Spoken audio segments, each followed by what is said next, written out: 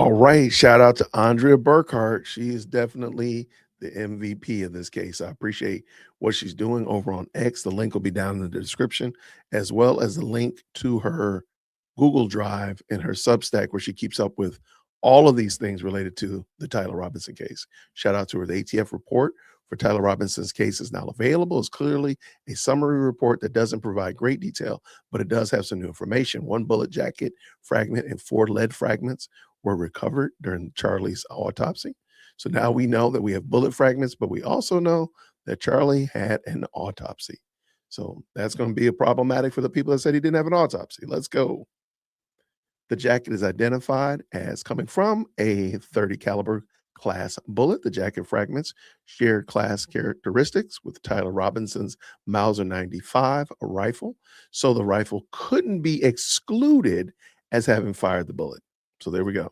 Now, again, doesn't mean that it had to be, but come on. Like, what are we doing here, people? But the fragment lacks individual characteristics permitting identification of one rifle to the exclusion of all others in the class. And we understood that, but I'm pretty sure they're going to get down to that. So let's keep it going. The engravings on the cartridge casings are consistent with a rotary tool like a Dremel.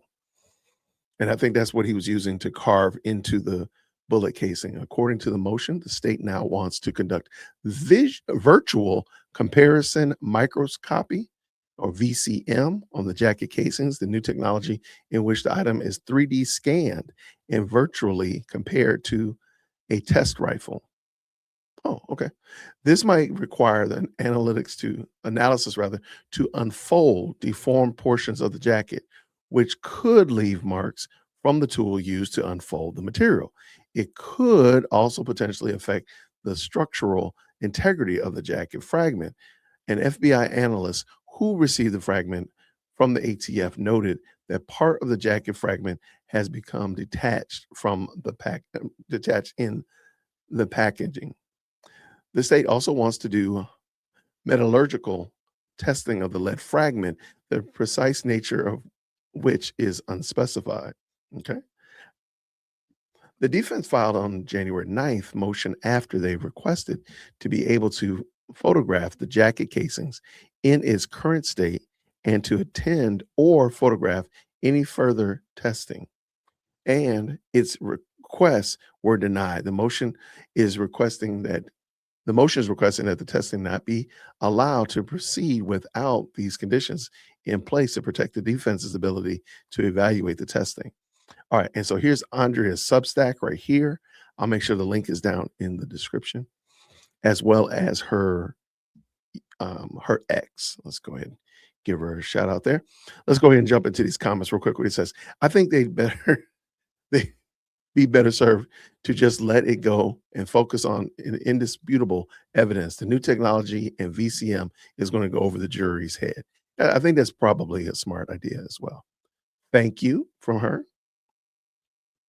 Lots of thank yous. Was a Dremel rotary tool ever found? And Andrea says, we haven't heard one way or another. How is this even okay? The pictures of the conversations taken by cell phones, refusing Cellubrite. I'm confused. I've been watching you for years, and years, and for sanity, please explain. And you can look at that one as just talking about why they collected data by taking pictures of it initially before they got the Cellubrite information.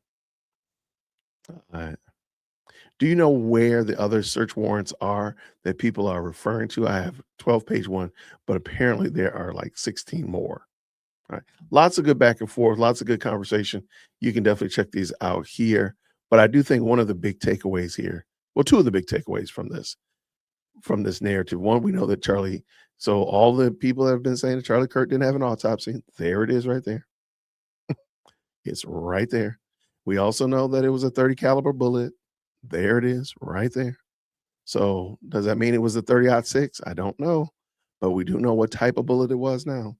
So it does put to rest a lot of the speculation, a lot of the huggabaloo that was being pushed around. So let's go ahead and see what happens in the future. Shout out to Andrea. I really do appreciate her. Thank you so much for what she's doing. I'll leave a link to this all down in the description so you can check her out. Definitely go follow her and all that kind of good jazz. Thanks so much.